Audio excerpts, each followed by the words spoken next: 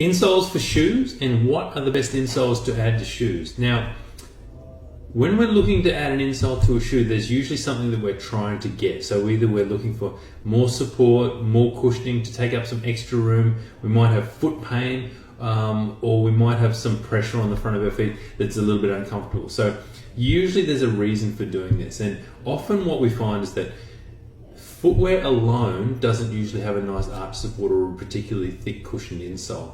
That's a very general statement, but that's usually what we find. So what we find is that adding an aftermarket insole to a shoe or a boot will help to increase the comfort and can also increase the life of the shoe, and it'll also decrease the wear and tear on your feet and make your feet generally more comfortable across the workday.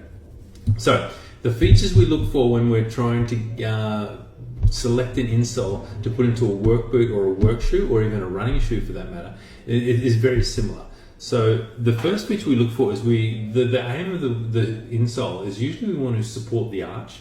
So when we support the arch, this helps to keep the arch higher and raised. And what it does, it takes a lot of the pressure off the mid-tarsal joint and the mid-foot joints and through the foot, and also the ligaments and joints on the bottom of the foot. So if we look at our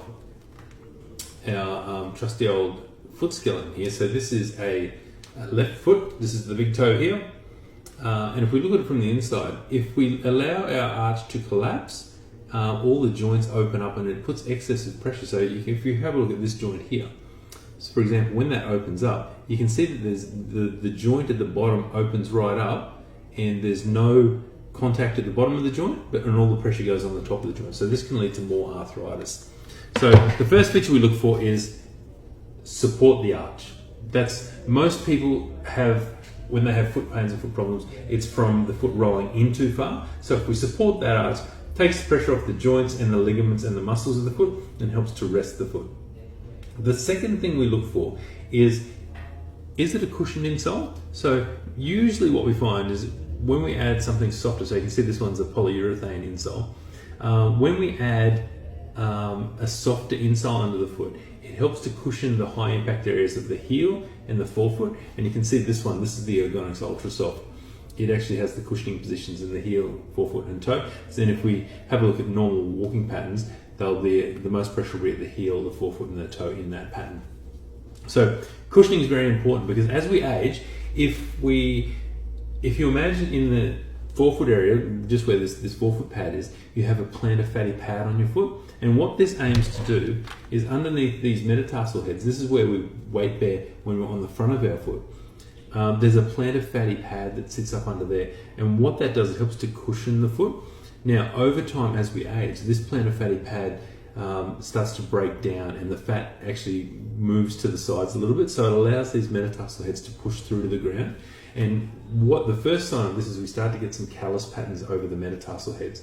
This can get very painful as it starts to put extra pressure on the plantar metatarsal ligaments.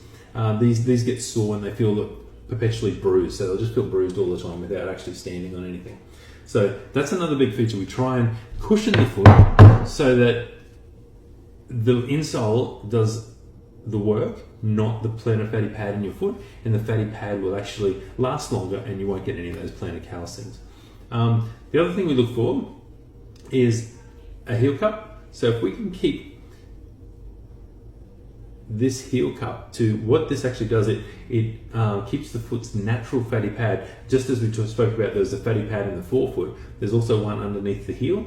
So if we can keep that foot's natural fatty pad under the heel, it doesn't let the fat pad disperse to the sides, and it helps to cushion the heel more, and it'll make for a more comfortable insole. So just keeping that fatty pad under the foot enhances the foot's natural pad and helps to make the foot feel more comfortable across the workday.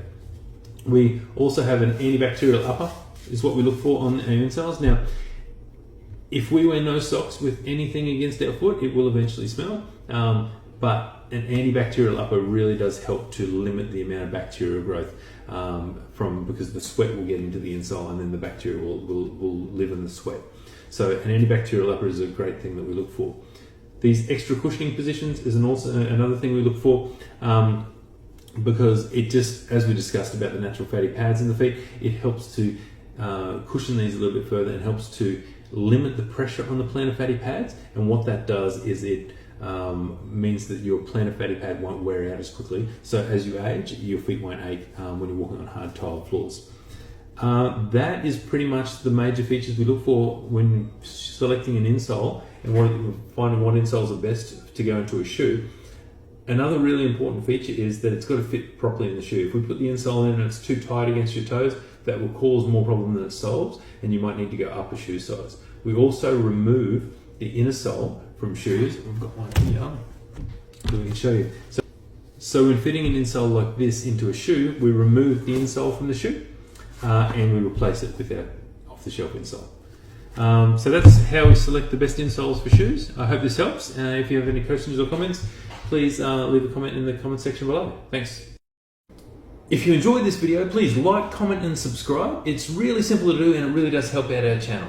If you need more information on the topics discussed, you can find some links in the description where they'll take you to our website where we can discuss this in a little bit more detail.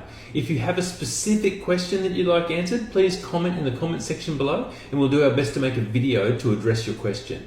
Thank you all for watching and we'll see you next time.